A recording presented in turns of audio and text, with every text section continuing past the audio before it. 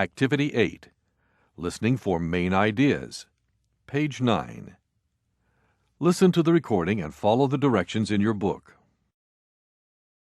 Humanities Lecture. Cry Wolf. What we know as Western civilization originates or comes from ancient Greece. One of the most famous Greeks, although we're not even sure if he really lived or if he was a myth, was Aesop. We think that Aesop lived around 600 BC. He was a slave, and he is famous for his fables, which, like most stories, were told orally. Aesop's fables were not written down until the century after he died. Aesop's fables are different from children's stories and fairy tales. They have their own unique characteristics. First of all, unlike fairy tales like Cinderella or Snow White, their purpose was not to entertain.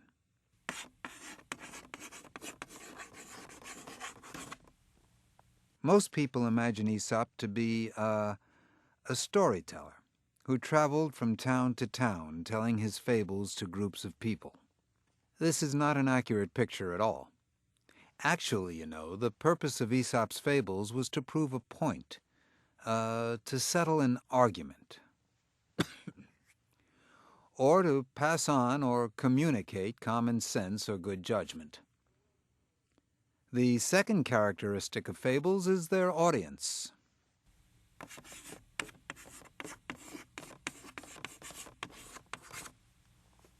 Though they are used even nowadays to teach children, Aesop's original audience was, adults. When someone went to him for advice, instead of answering the person directly, Aesop would tell the person a fable.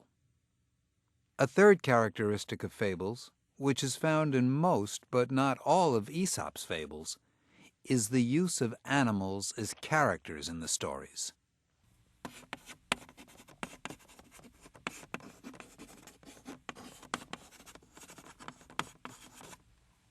The animals take on human characteristics and even talk.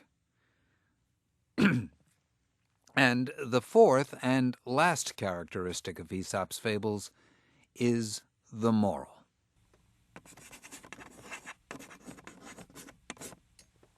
All of the stories end with a moral, or lesson to be learned from what happened in the fable, or how the characters acted. Many of these morals have become proverbs and are still part of our modern culture, probably because they express universal truths about individual human beings and society as a whole. The fable you'll hear today is called The Boy Who Cried Wolf. Once there was a young shepherd boy who watched his sheep up on the mountain near a small village. Now, being a shepherd can be quite boring. The boy had to sit and watch his flock of sheep all day, and nothing much very exciting happened. So, to liven things up, one afternoon the boy cried or shouted, "Wolf! Wolf, help! There's a wolf!" Somebody down in the village heard him, and thinking that a wolf was going to kill the poor boy's sheep, a lot of people in the town ran up the mountain to help the shepherd. When they got to the field, they found the sheep grazing peacefully, and the boy, no wolf, sitting under a tree, laughing. There was no wolf, and the sheep were in no danger, so the villagers went back to the village.